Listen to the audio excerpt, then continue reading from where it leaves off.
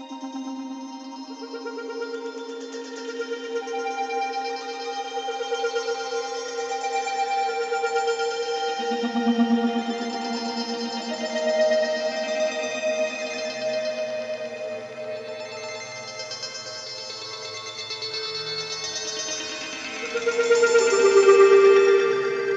reading for this film is taken from John chapter 3, verses 1 through to 18.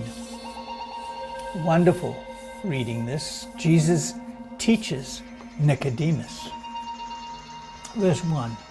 Now there was a Pharisee, a man named Nicodemus, who was a member of the Jewish ruling council. He came to Jesus at night and said, Rabbi, we know that you are a teacher who has come from God, for no one could perform the signs you are doing if God were not with him. Jesus replied, Very truly I tell you, no one can see the kingdom of God unless they are born again. How can someone be born when they are old? Nicodemus asked. Surely they cannot enter a second time into their mother's womb to be born. Jesus answered, Very truly I tell you, no one can enter the kingdom of God unless they are born of water and the Spirit. Flesh gives birth to flesh, but the Spirit gives birth to spirit. You should not be surprised at my saying, You must be born again. The winds blow wherever it pleases. You hear its sound, but you cannot tell where it comes from or where it is going. So it is with everyone born of the Spirit. How can this be? Nicodemus asked. Come on, you are Israel's teacher, said Jesus. And do you not understand these things? Very truly, I tell you, we speak of what we know, and we testify to what we have seen. But still, you people do not accept our testimony. I've spoken to you of earthly things, and you do not believe. How then will you believe if I speak of heavenly things? No one has ever gone into heaven, except the one who came from heaven, the Son of Man. Just as Moses lifted up the snake in the wilderness, so the Son of Man must be lifted up, that everyone who believes may have eternal life in him. We carry on from verse 16. For God so loved the world that he gave his one and only Son, that whoever believes in him shall not perish, but have eternal life. For God did not send his Son into the world to condemn the world, but to save the world through him. Whoever believes in him is not condemned, but whoever does not believe stands condemned already, because they have not believed in the name of God's one and only Son. What an incredible reading. Amen.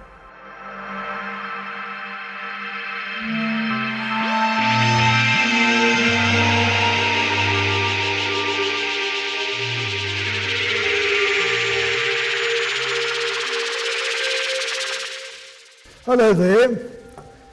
I hope you've had a good Easter, because we've just come through Easter, which of course is central to all that we believe. Before I really get into the sermon, I want to tell you a little story.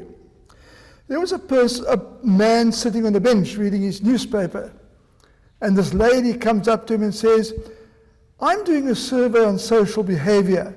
Do you mind if I ask you a few questions? He said, sure, go right ahead. So she said, if you were on a crowded bus and a young lady got on, would you give up your seat?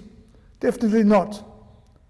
And if a pregnant lady got on the bus, would you give up your seat? No ways. And if an old lady got on with a walking stick, definitely not. That's so rude. What kind of a person are you? Who do you think you are? I'm the bus driver. Anyway, that's just there in passing. So as we've come through Easter, I hope you enjoy our white flowers. Remember what Paul said in 1 Corinthians 15:14. If Christ has not been raised from death, we've got nothing to preach, and you have nothing to believe. I have here a picture of a piece of rope. And if you look at it carefully, you will see there are some strands, colored strands, running through the rope. This is called rogue's yarn. And this was put there by the manufacturers to make sure that nobody could steal the rope and claim it was theirs. So it was their trademark. Naval people usually know all about it. It was inserted especially in the days of the RN under sail. Each manufacturer, as I've said, had their own colour. Now I want to tell you about a piece of rope and some rogue's yarn. If one has the privilege of visiting Switzerland, there is a town called Zermatt, and where one finds the Alpine Museum. Here on display is a piece of broken rope, which is very interesting. Then the story behind that rope is Edward Whymper was an English mountaineer, an artist, a wood engraver, and he was born in 1840 and died in 1911. It was always his dream to climb the Matterhorn, and here is a picture of the Matterhorn. The Matterhorn is one of the most iconic mountains in the Alps, standing at 4,478 meters, or 14,692 feet, and straddling the border between Switzerland and Italy.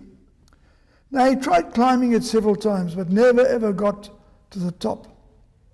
Then in 1865, he got together a team of 4 climbers and 3 guides, and they set off determined to reach the top. And they did.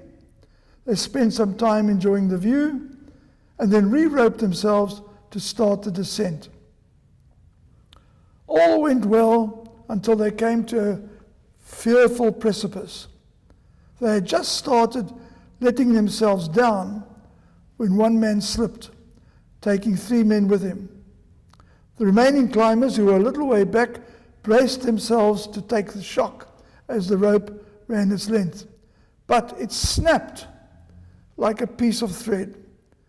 Spread eagle, the 4 men fell into a glacier some 4,000 feet below, and they were killed. When the survivors got back, the rope was examined. Why did it break? It was not genuine alpine rope. Alpine rope had a red strand running through it. That is the rogue's yarn. This rope did not have one, and it was not genuine. It was a substitute. It has often been said that the saving power of the cross of Jesus runs like a red cord through the heart of the Bible. The question is, are we joined to him by this unbreakable cord? There is no substitute for Jesus. You know, there are people today who say, so what's the difference? Religion is religion. In fact, it was Mahatma Gandhi who said, the various religions are like different paths converging on the same point. What difference does it make if we follow different routes, provided we arrive at the same destination? And I want to say that is totally illogically and absurd. If that is the case, what was the point of Jesus? Why would he want to disturb them if they were already leading to God? There is a story told of a missionary who got lost in the jungles, and for days he wandered around trying to find his way out, and eventually he came to a clearing. And there he found this old man sitting in front of his hut. Obviously he must have been able to speak the language. He went up to the man and asked, how do we get out of here? And the man just stood up and just said, walk. And so he walked and followed this man. And they walked and walked for hour after hour. And eventually the missionary said, where is the path? He said, here there is no path. I am the path. And that's exactly what it's like with Jesus. We don't follow a path. We follow a man. We follow Jesus. Gandhi was a Hindu, and in Hinduism there is a multiplicity of gods and goddesses, some 3 million. I have an article at home in which a young Indian Hindu boy says, I have 4 gods and 2 goddesses, but I left 2 of them out because they weren't doing their job. In Buddhism, there is no God. It's all self-effort and meditation. There used to be a program on TV called Free Spirit. It was all about people doing all sorts of weird and wonderful things to heighten the spirit. Rastafarians, for example, puff the holy weed, the ganja, the dacha, the marijuana, and they speak of their spirits rising to new planes and dimensions and heavens and spirit consciousness. I'm sure that's what happens when you puff away on a bit of marijuana. There were also some people who meditated on the energy of Table Mountain to bring peace.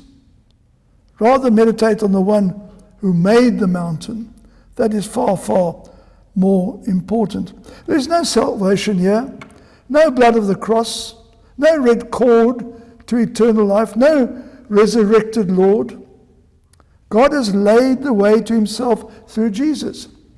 For God so loved the world that he gave us his only begotten Son, that whosoever believeth in him should not perish, but have everlasting life. It's God's initiative. Like the story of the prodigal son, the father reaching out to his son, reaching out to us. There is a mountain in China called Taishan. It is considered to be a sacred, holy mountain. And each year, pilgrims climb 7,000 steps to get to the top. They pass through the middle gate, then heaven's southern gate, and finally reaching the temple of the azure cloud. Here they offer sacrifice and burn incense to their god or gods, believing they will gain favor. In fact, all they really gain are sore muscles and a trip back down. This reminds me of Psalm 121. I lift up mine eyes to the hills. From where does my help come? My help comes from the Lord, the maker of heaven and earth. In those days, people believed that they put their temples up on the hills, on the mountains, and believed by praying to the hills and the mountains, they would have some success, some spiritual salvation. In other words, my help doesn't come from the mountains. My help comes from the Lord who made the mountains. Now, you may have heard people speaking about the universe. People have said to me, oh, the universe has been so good to me. Well, the universe, this infinite void, infinite void, containing planets and stars and black holes and things still to be discovered. A slight alteration to Psalm 121. I lift up mine eyes to the universe. From where does my help come? My help comes from the Lord who made the universe. See, that's the whole difference here. The other thing is we don't have to walk up 7,000 steps. He is here. He's with you wherever you are at this moment. Jesus said, where 2 or 3 are gathered in my name, there am I in your midst. So he is there. Find that in Matthew 18:20. Some time ago, they were talking about a rat problem in Cape Town. I'm sure we find it in many cities. In northern India, there's a religion called Jainism. One of the things they believe in is reincarnation. When you die, you come back as a rat. So they don't kill rats in case they may be killing an aunt or an uncle or some other relative. Their homes are infested and they feed the rats. And the problem is that in the south, they kill the rats. But in the north, they feed the rats. So what is the connection that can possibly be between them and the God that we worship. There is no connection. No. All roads, all paths do not lead to God.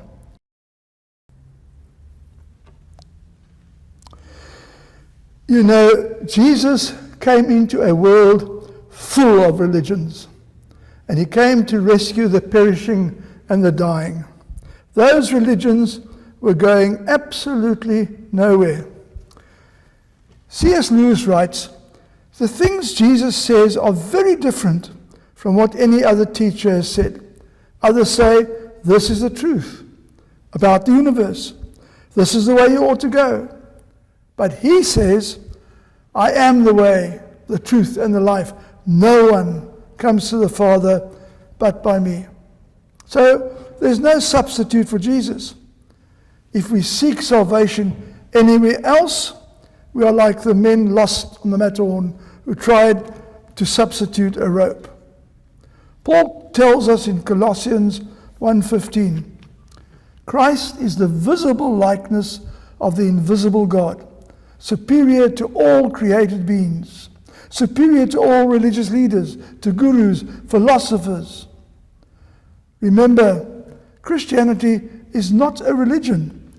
It's a personal relationship with the living Christ. Logically, if there really is a God, then we must come to him by his own prescribed way.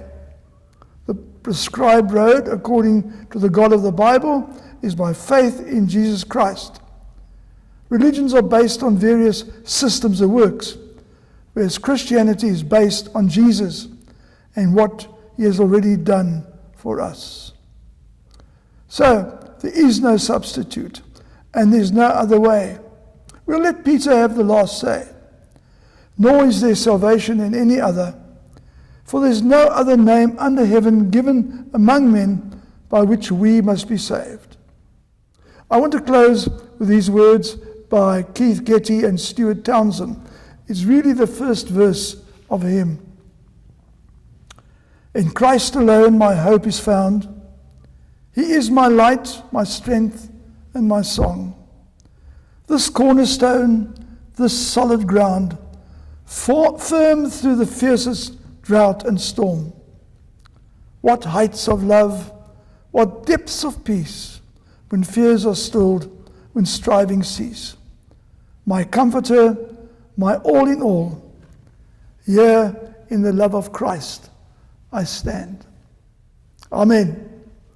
And now a benediction. May the grace of the Lord Jesus Christ and the love of God and the fellowship of the Holy Spirit be with you now and forevermore. Amen. Amen.